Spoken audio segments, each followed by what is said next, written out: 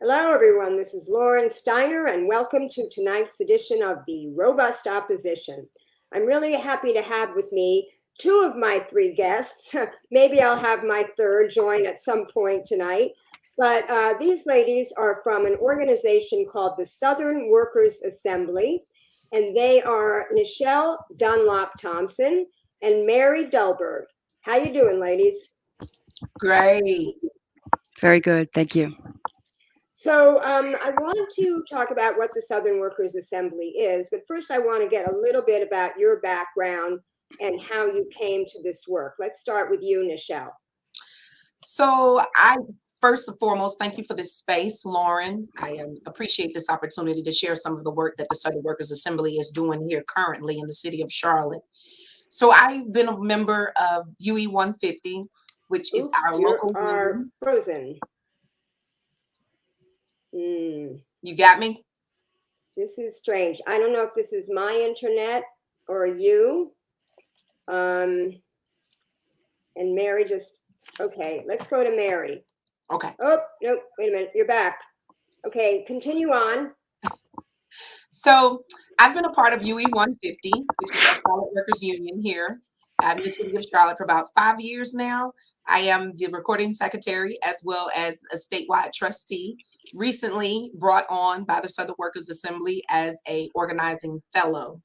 I also have the complete pleasure of being an upcoming candidate for a fellowship that is being hosted by Morehouse College through the ASBI initiatives program, which is a organization that is strategically wanting to produce leadership in African American unionizers.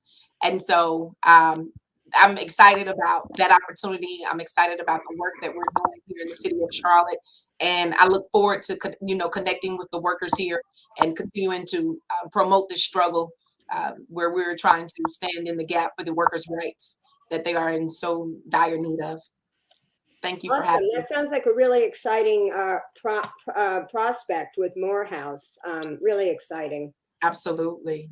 How about you, Mary? Tell us a little bit about yourself and how you came to the Southern Workers Assembly. Oh, I feel terrible following that because Nichel is so impressive.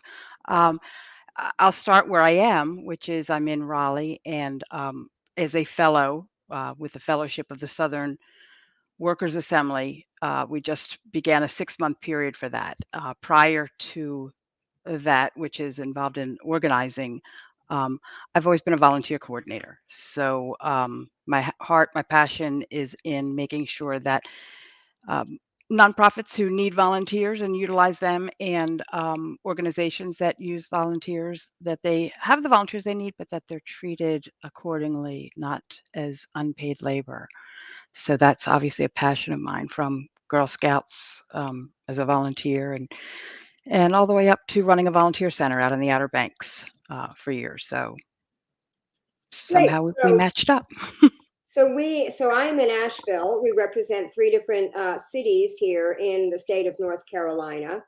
I know we had some Southern Workers Assembly organizing here with regard to the nurses unionizing at Mission Hospital. And I was thinking that maybe Dominic would talk about that because he's in the North Carolina Medicare for All Coalition with me. So maybe I'll just save that question for if and when he decides to grace us with his presence in this show. But let's first define what is a Southern Workers Assembly. When was it started? How many of them are there in the South?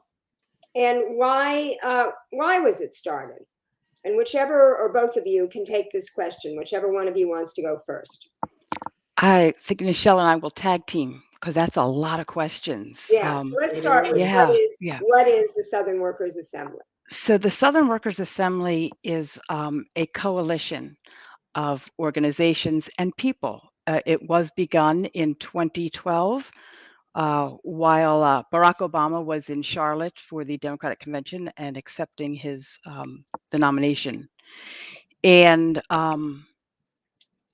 it was it was devised, it was created so that there could be a showing of folks who are everything from ministers to labor organizations, to people on the street, to workers themselves, to show up and say that we stand behind the workers, that workers are important, there is dignity in work.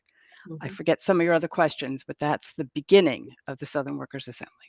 mhm. And how many of them are there? Are they individual workers' assemblies in different cities and towns in different states in the South? Is that how it works? Different ones?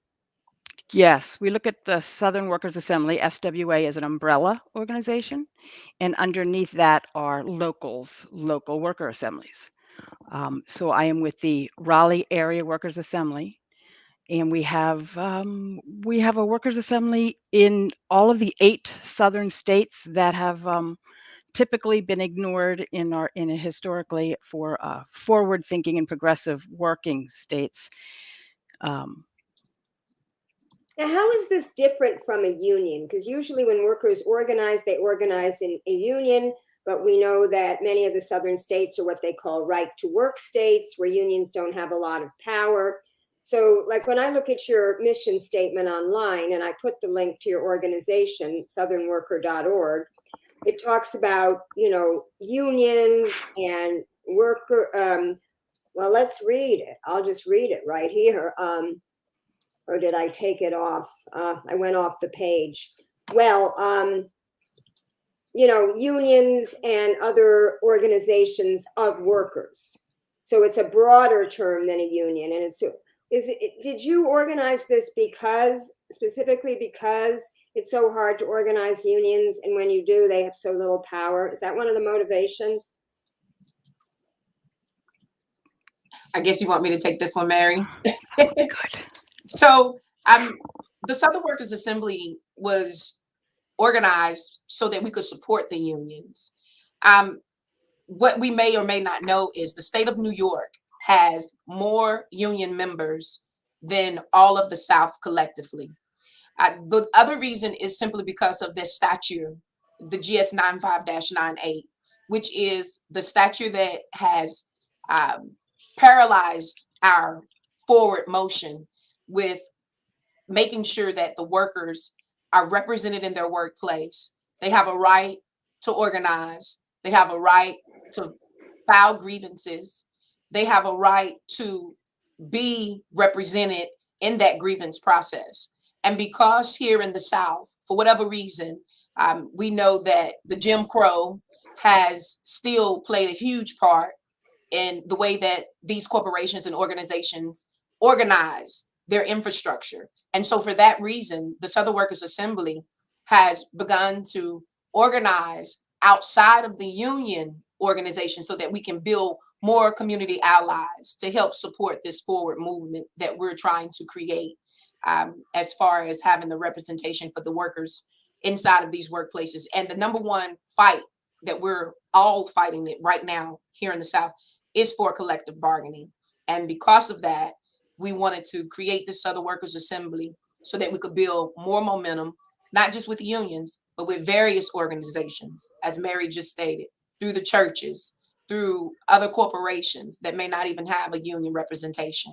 We're wanting to create a space. We want to create a voice for all of those persons to know how important this fight is here in the South, to help us try to move this process forward as far as the workers having that um, ability to collective bargain. So how do you organize in these workplaces? Do you send in an organizer from outside, or do you find someone who's internal to the organization and try to excite them about what you offer, and then they become the organizer? How does it work to organize a workplace? Well, I just want to tag onto what Nichel said because it's so important. We are the workers' assemblies are to support workers, whether they are in a unionized place or not. And so we are outsiders who are providing the support that's saying like, hey, we can help. We can help. Now, as far as the organizing goes, that kind of gives folks who are maybe we have places that have unions and a lot of their workers aren't members of those unions. So when they see us outside flyering, you're talking about how we organize. When they see us outside flyering, they're like, "Oh, what's that?" I've talked to folks who are like, "Oh, I didn't even know we had a union." Oh, you do.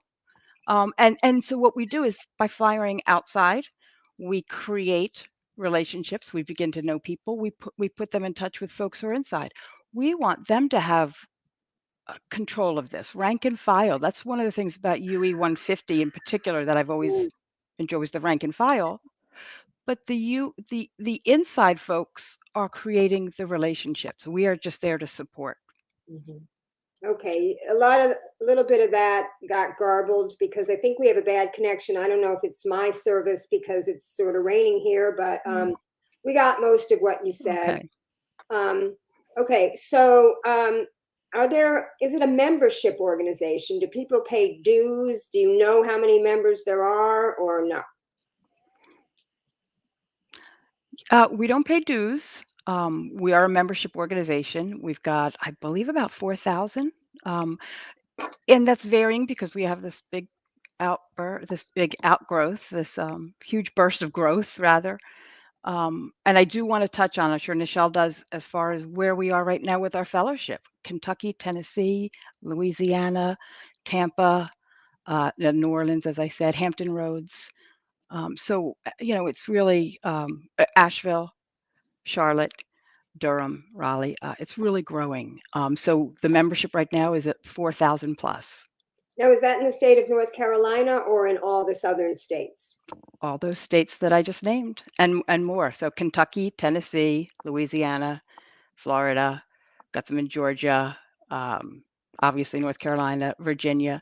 And to also bounce off of Nichel, the state of Virginia just passed a law a bill and made it into a law that allows for collective bargaining. And so Mhm.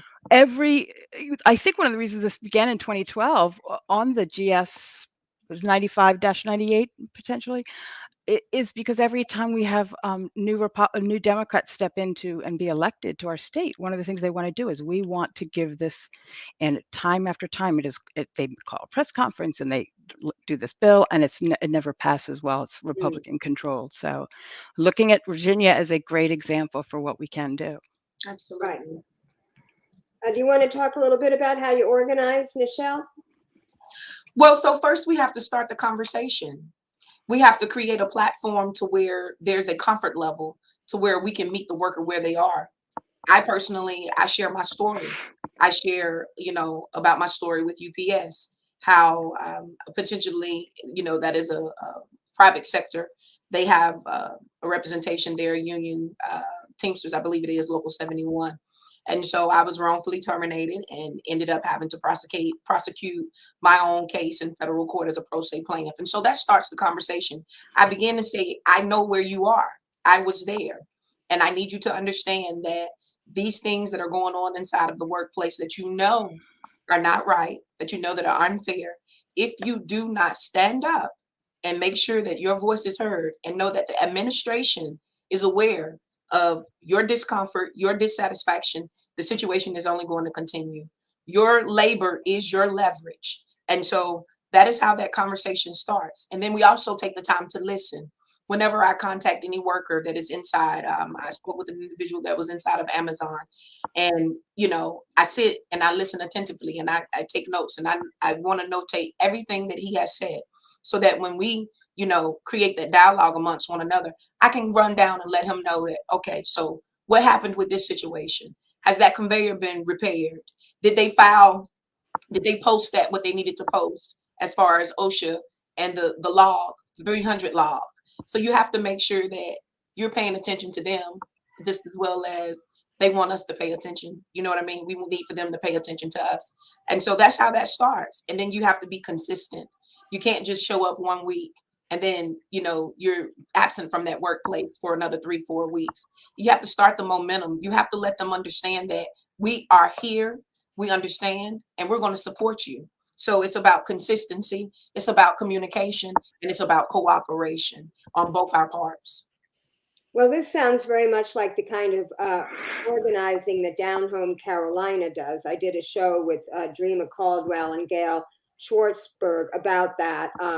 They do deep canvassing, which is based on sharing your story and listening and meeting the folks where they are. So this is a good model for all organizing. And maybe you could talk specifically about the campaigns that you work on, each of you, and give us a little insight into why you picked this campaign, what you've been doing, and how far you've gotten. And we can start with you, Mary, and you've been working on Amazon, right?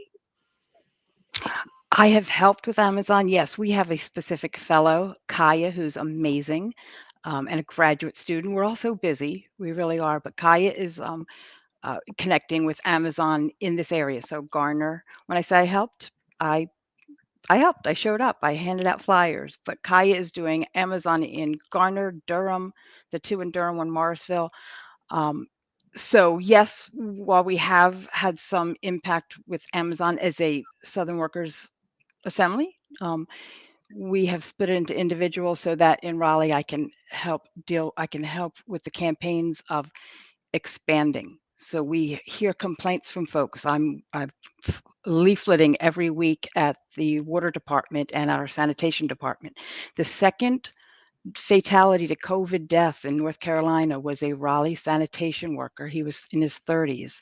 And we are trying so hard for folks to understand and workers to understand you can ask for things and we can help. So the campaign that I'm currently working on is Safe Jobs, Save Lives.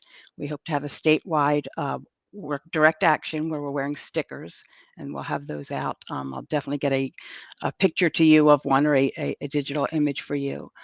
And that's February 16th. So we're hoping that everyone who wants to organize is organized or is interested in at least having the conversation about how our workers who hold up our cities, hold up our communities, how they can stay safe during this time.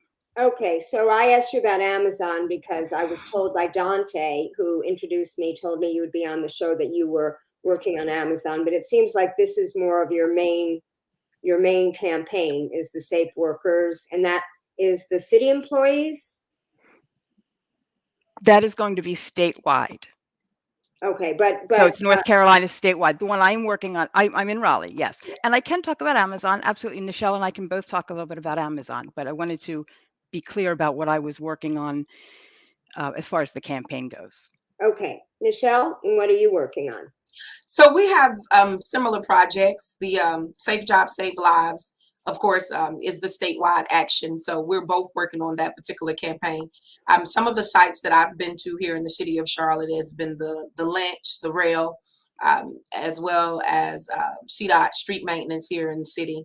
And Amazon is on my list as well. I've made some contacts with a few of the workers, but right now our focus is on the Safe Jobs, Save Lives action that is coming up in the next couple of days. And we're looking to get some momentum across the state. The objective is to have action uniformity, the same time, the same day. And so what we're wanting to do is, if it's nothing more than just to grab the attention, okay, of those persons that are in the decision-making place, to let them know that we can stand in uniformity. We're going to have our voices heard. You cannot continue to ignore us, that the COVID situation is not going anywhere. We just recently lost a worker that was a Lynch operator as well here in the city of Charlotte due to COVID.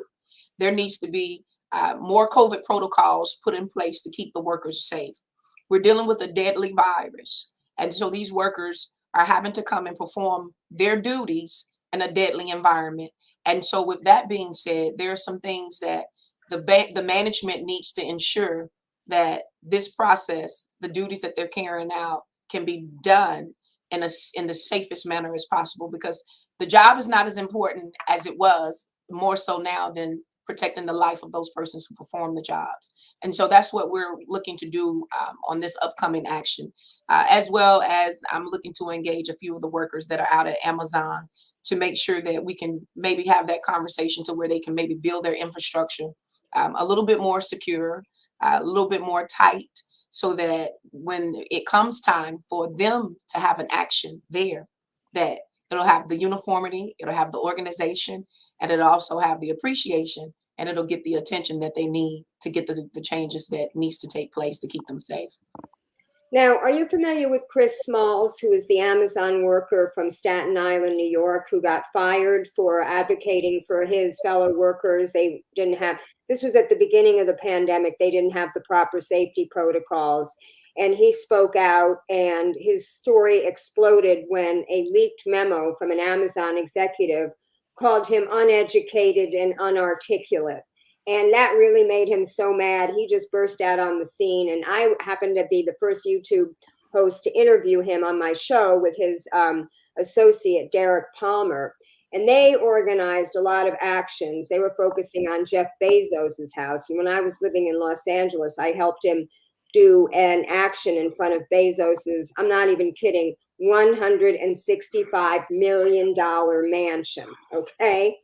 And he did it in New York, and he did it in a couple of other places. And he started the Congress of Workers something. I'm not sure the name. I knew it at one point. But I'm wondering, you know, he's organizing workers up north. Do you have any kind of connection with him so that you're all kind of rowing in the same direction?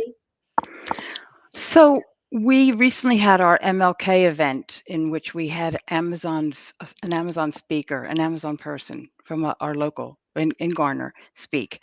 And when I bring that up because while we have had some folks reach out to us because they've been inspired by what they're seeing and have heard that Chris has done and the workers up there, Amazonians United, et cetera, we really are locally focused, and we do that for a reason.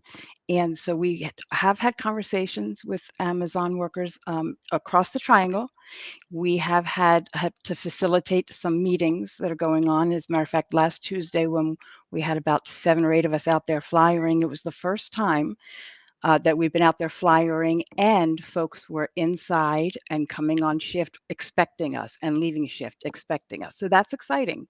You know, so we have made contacts in there. They've reached out, and they are captains of their ship. So we're just helping to support the actions that they need to take. Right. Now let's talk about the Medicare for All campaign, because I don't want to let that go undone. You know, I understand that in the concept of, in terms of that social movement unionism. And that term first came to my attention back in 2014. In Los Angeles, I covered the annual convention of the American Federation of Teachers, and they did a panel on social movement unionism. And the idea was that if you only see your union members when it's time for a contract negotiation for better pay or better benefits, you're not going to be as invested in helping them. But if those union members are working in the community for things that the community is concerned about, you know, altruistically, not just because they are in that community, but because they want to help, it's going to be a lot better off.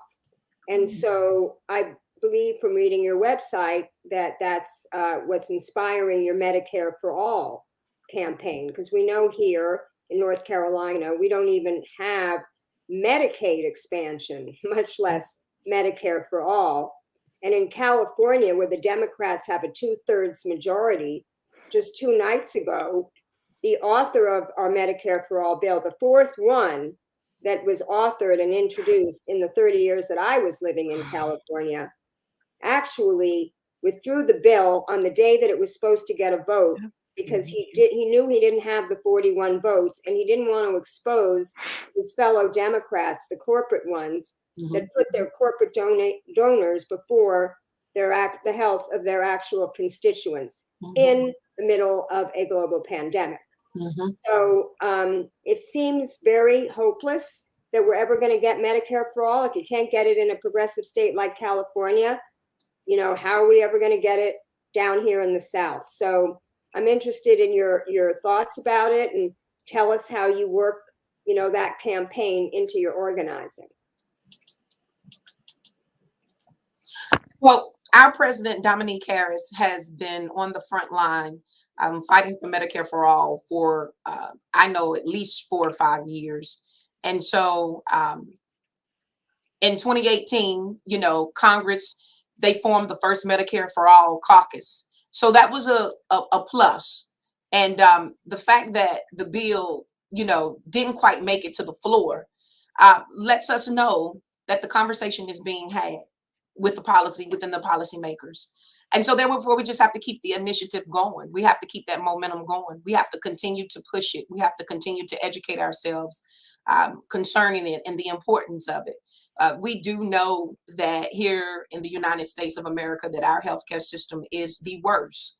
And unfortunately, the insurance companies and, these private physicians, providers, they all have, their hand in just ensuring that their wealth goes up without the concern of the public and the access of care that they'll have. So what we're going to have to do is we're going to have to continue to make noise.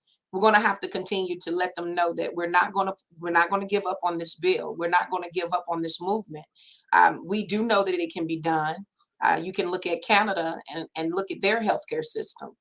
We do know that it is very possible. It's just a matter of us utilizing our power and standing together and making sure that, we continue to let them know that the system is broken. Our healthcare system is broken, and we cannot continue to move like this, especially now in the middle of this pandemic, where you've got millions and millions of Americans that are out of work, that does not have healthcare. Eventually, the system is going to collapse. So it needs to be addressed and it needs to be corrected now, I believe, before the demise occurs. Right. Well, you may be interested in sending a representative to a call next Wednesday. I was on the call yesterday, and it was initiated by Whole Washington, because they have a ballot initiative. They're trying to get single payer healthcare on the ballot, and they're in the process of gathering signatures, and they have a whole campaign with precinct captains to get signatures. And after the failing of California's bill the other day, they organized an emergency call, and they called it Organizing Across State Lines. So I guess they're thinking that if we have some solidarity, I mean, the nurses union has been behind the bills in, California, and I believe Washington as well, but it may take more than just one union. So whoever is involved, and I'll let Dominic know about that call, they may want to, because this organizer was pretty, I think his name was Adam Stackhouse or something. He was really organized and knew what he was doing and had a great plan. So what else do you want to tell the viewers about the Southern Workers Assembly or your specific campaigns before we end our show tonight? What didn't I ask you about that you want to talk about? We're just looking for bodies. We're looking for able bodies. We're looking for volunteers. Myself, Nichel Dunlap-Thompson, I can be reached at eventsorganized3@gmail.com. I've already reached out to some of the teachers with the NCAE. I participated with a forum that they hosted on Monday night. I believe it was their president, Dr. Pringle, made some very profound statements. I've spoken to Sister Amanda Thompson-Rice, who is the president here of the NCAE locally in Charlotte. And her words were, it's hard to build momentum in the midst of exhaustion. So we here at the Southern Workers Assembly, we want everyone to know that here's this podcast.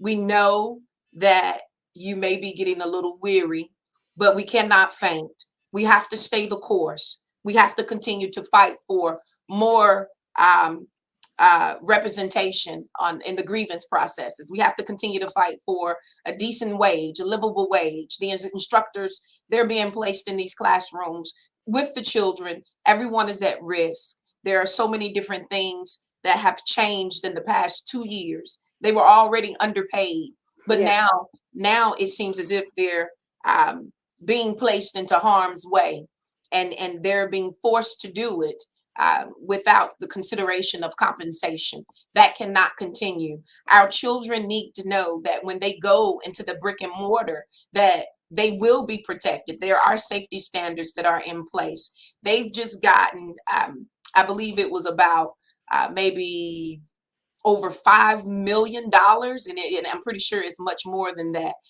It was infused from the government that provided this money funds here for the school system. The Board of Educators need to do the right thing with this money, and I know it's much more than $5 million. They need to do the right thing with the money. They need to put the money into the instructors, the teachers, the custodians, the staff, those persons that are responsible for pouring into our children, and our children who are responsible for leading this world, making sure that things will be suitable for them and their children. We need to make sure that those funds get where they need to go. So here at the Southern Workers Assembly, we're with you. We're standing on a unified front, and we're just looking for able bodies, organizers, people who are willing to volunteer their time, people who are willing to continue to voice the importance of this fight and this struggle. And so we're looking forward to reaching out to some of the community allies that understands the importance of this fight. Yeah, the teachers, and it seems like the nurses and the people who look after our young children, preschool teachers, and also people who look after our elderly parents and grandparents seem to be the ones not only the least compensated, but also the most abused. And that's really come out during the pandemic. Yes. And, I posted something the other day about travel nurses, because these hospitals, like these for-profit hospitals like Mission Hospital here, owned by the HCA Corporation, would rather pay a travel nurse $200 an hour or something like that, whatever they're paying, so that they don't have to pay better salaries and benefits and smaller patient ratios to their actual unionized nurses, because they did have an achievement and they did unionize that hospital, the nurses did. And now I just read that somebody is considering a bill in Congress to cap the pay of these travel nurses. And I was so incensed, because the heads of these hospitals make $25 million a year, profiting off of not providing health care and giving too many patients to each nurse, which is a life-threatening situation. I mean, if you have too many people to care for, lives will be lost, because you can't possibly care for all those patients. And Right. The same thing with these students in the school. And I feel bad for the kids, because I know it's hard.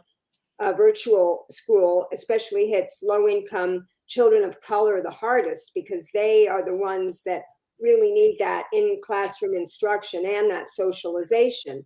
But there is a problem with going back to school during COVID. And if kids don't have as much of a risk, that's not the point. The point is they can bring it home to their elderly grandparents. There is a connection now between children getting COVID and then getting diabetes. We don't know the effects of long-term COVID on children. So you can't be so cavalier as the people have been about, and the teachers, they understand. They want to be safe, and people are just asking like they're greedy or they're unreasonable or whatever. It's very sad. Well, anyway, I want to give you the last word now, Mary. What would you like to say about your work and the Workers' Assembly that you didn't get a chance to say tonight? Well, I would definitely like to start off as Nichel did by giving my contact info. Thank you, Michelle. Nichel, that's perfect.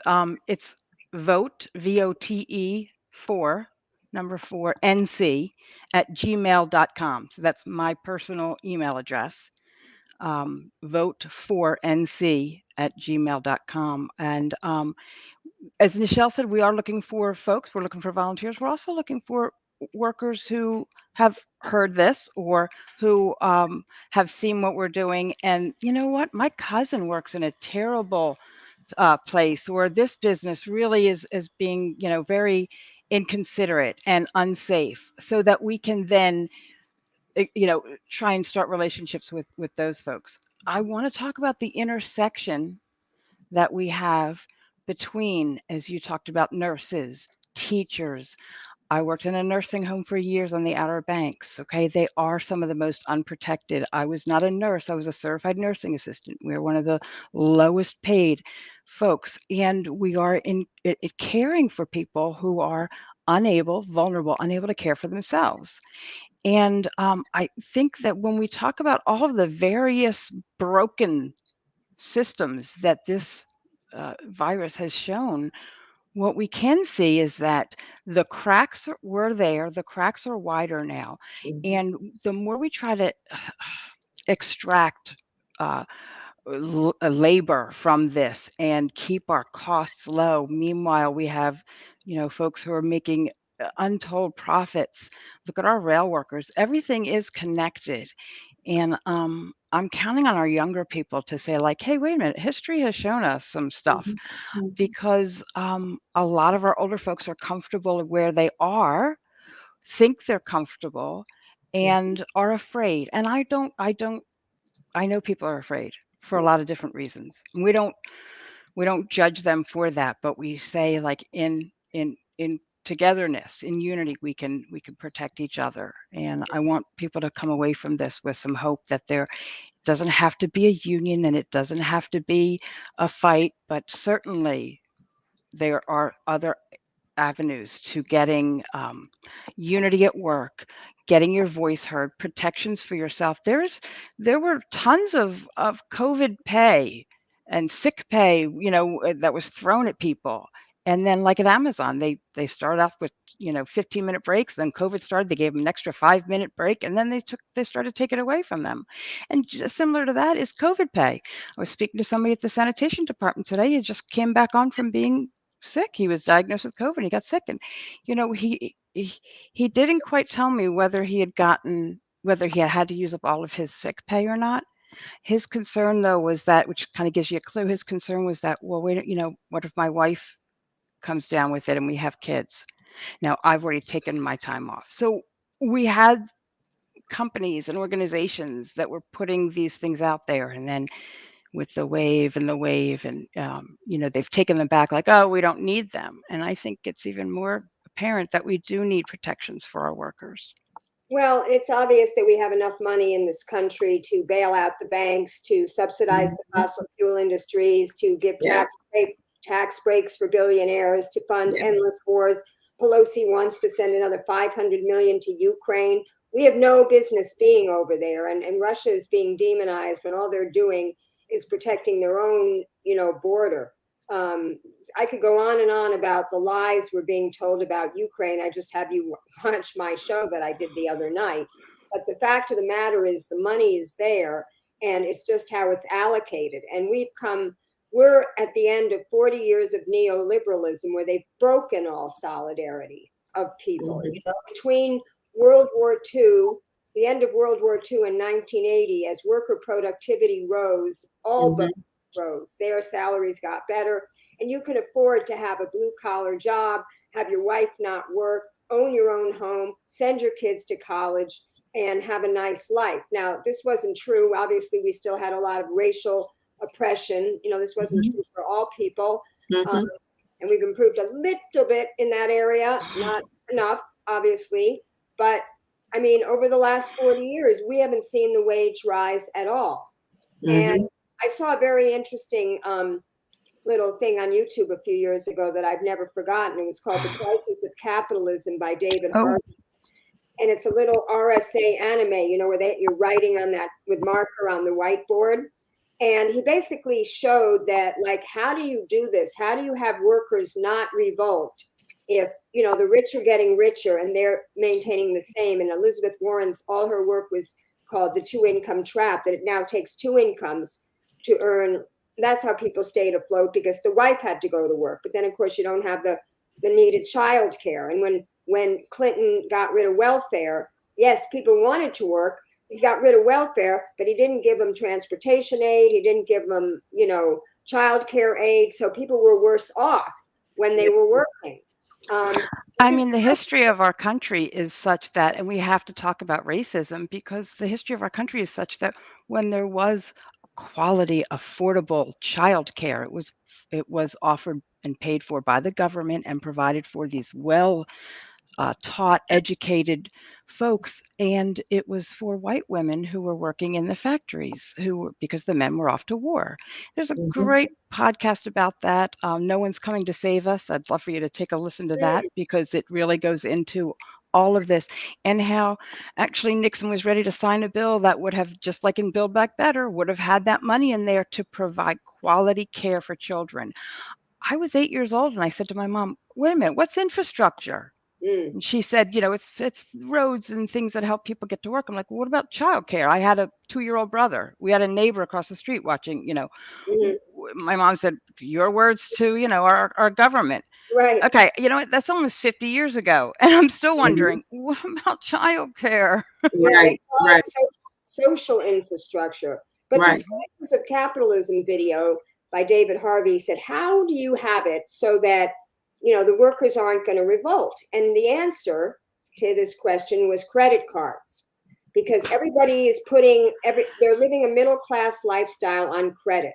So Mhm. everybody's a debt slave. They owe student loans, they owe Yeah, their mortgage, they owe their mhm. credit card payments, and everybody's overextended. And Yeah, talk about the free world. Biden talks about, this generation is the challenge. Is democracy going to work like in the US, or is authoritarianism going to work like in China? Who's going to win out? Well, in China, 90% of people own their own homes, 65% outright. They have full health care and education, and they bailed out their small businesses during the financial collapse of 2008. mhm. So, yeah, maybe they don't have as much freedom of the press and freedom of expression as we have, but, they care for their people better. I mean, that's what communism and socialism was all about. And so over the last 40 years, it's all been about, freedom of choice and charter schools. It's like we should be able to choose our school. And no, a public good, it should be provided to everybody. It's not like a cereal, like where you go down the aisle of a supermarket and you choose a consumer product. A public good, like healthcare and education and childcare and affordable housing and a decent job, that should all be provided by the government. And Reagan basically said government is not the answer, it's the problem. And so everybody bought into that. And so we've had 40 years of defunding all this stuff. Mhm. And now we're trying to get it back. Biden, they tried to pull him to the left with, this Build Back Better thing. And he just threw up his hands because President Manchin obviously has more power and Vice President Sinema, than him. And so we lost all these wonderful things. I thought in the first year of the pandemic, like you said, with the CARES Act and the HEROES Act and all this money they were giving to people, and the payroll protection plan, all that stuff was so good. And they Mhm. had the money for that. And then they Right. just stopped. And it So, lifted people out of poverty. It lifted people to be able to, it's not because they were staying at home, it's because they were able to pay their bills. And honestly, we know that when people have, there are micro loans and there are micro programs that show time and time again that if you give people enough money to cover if they have enough, not even give, if they have enough money that to pay their bills, they will spend on, if they have extra money, they will spend exactly on what a middle class person would spend on education, transportation, maybe a small vacation. It used to be, as you talked about, it used to be that we've got workers who work. Look at these rail workers now. If they take one day off, they're going to have to work 53 or 57 days in a row for that. This is wow. ridiculous. That's Thank the you. this is ridiculous. This war on workers is what I call it. And Right. and these are the folks who are providing for everyone. And honestly, when you mention China, I think about how we have our credit score over here in America that keeps people either in or out from participating in certain things. In China, they have their social score. So if you don't have a high enough score on the things that you do, saluting the flag or bowing, all of their things that they have, you don't get to participate in society either. If you have oh, I stole a car when I was 17 and now I'm 32 and they won't let me, have this job. I passed everything. They love me. And then they do a background check. Or I had an eviction. They didn't really have to evict me. I left and cleaned everything up. But on my record is an eviction from 7 years ago. And so now I can't even have a place to live. Mm. These are Yeah. credit issues Right. that deal with people's life. Right. And not to mention the one of the major fights here in the state of North Carolina is the fight for 15. The minimum wage here is 7.25. It has not moved in over how many years? It is ridiculous. This is all a part of systemic racism because Yes. The South is highly Yeah. populated with your Black and brown and your Latinx. And so Mm. this is part of the racism, part of Jim Crow that they supposedly did away with, but they just created a derivative of it. And Oh, yeah. to where they're keeping us bound by keeping our pocketbooks closed, Mm. restricted. And Yeah. so the frustration, sticks in.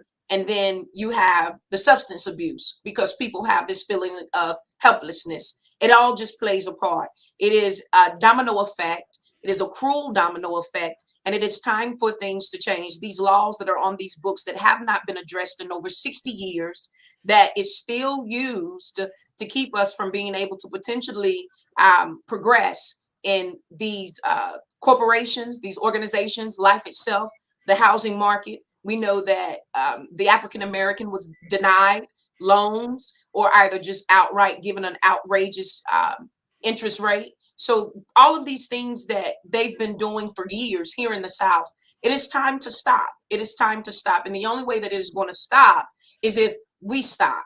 We have to know that our labor is our leverage. We're Yeah. working, we're sweating, we're providing the resources for these organizations to obtain this ridiculous amount of wealth. And then they're keeping it within themselves and they're forcing us to continue to build their organizations and corporations. And then they're throwing us crumbs. And we can no longer live this way. We can no longer live this way. People are dying. People are dying. People are starving. There is no reason in the world why a seasoned citizen has to decide whether they're going to buy their medicine or whether they're going to buy their food. When there is enough food for everyone, the restaurants, the grocery stores, the waste, the tax write-offs, it is ridiculous and it is embarrassing that the humankind, okay, will allow others to live this way when they have the potential to change that. And we just can no longer accept that anymore. Well, that's a great note to close on. And as they say, when I go to so many protest march, the people united will never be divided, or, solidarity now, pretty much. That's what we have to do. And I did a show in the beginning of the pandemic with Callie Acuna from Cooperation Jackson and Shama Sawant, the great city councilwoman from Seattle. Washington. Councilwoman, she got the first $15 an hour wage. She got the Amazon tax. They tried to recall her recently. They spent so much money against her. It didn't work because she's worked with social movements. She's one of the rare elected officials that gets the people behind her. She even has a staff person in her office whose title is community organizer. And they work with all these different movements. And I wish there were more activists like her. More legislators like her who maintain their activism once in office. And we did the show and we talked about rent strikes and general strikes. Every May Day, people have these organizing calls. I've been doing this since Occupy, which just had its 10th year anniversary. And every May Day, somebody's talking about organizing a general strike, and it never happens. And I guess you ladies know how hard it is to organize just one workplace. Imagine how hard it is to organize all the workplaces. But it seems to me that if we just stop working, like you talk about the wage, here in Asheville, they're having to pay more because people are not wanting to work these $7.25 an hour jobs. My son just left a job at Ace Hardware where he's making $10 an hour. He's now working at the movie theater where he's making $15 an hour. And they know that they have to pay that. Otherwise, they're not going to have employees. And that's like one of the most positive developments, I think, during the pandemic. There's a term for it, the great resignation. Young people are deciding they don't want to risk their lives for these jobs that, provide so little remuneration, either in terms of pay or how valued they're made to feel. And it's just, I think that's what it's going to take, whether it's by design or by accident or by happenstance. That's really what it's going to take. People have to withhold their labor. So you guys are on the right track. And I want to thank you for being on my show. Please put your email addresses in the comments after we log off here so that anybody who wants to contact you can contact you. And also any link that you have to that event next week, you can put that in there too. So thank you for being on the show. And viewers, I'm going to end my show the way I always do. Keep fighting. Thank you for having us. We appreciate you. You're welcome. Thank you.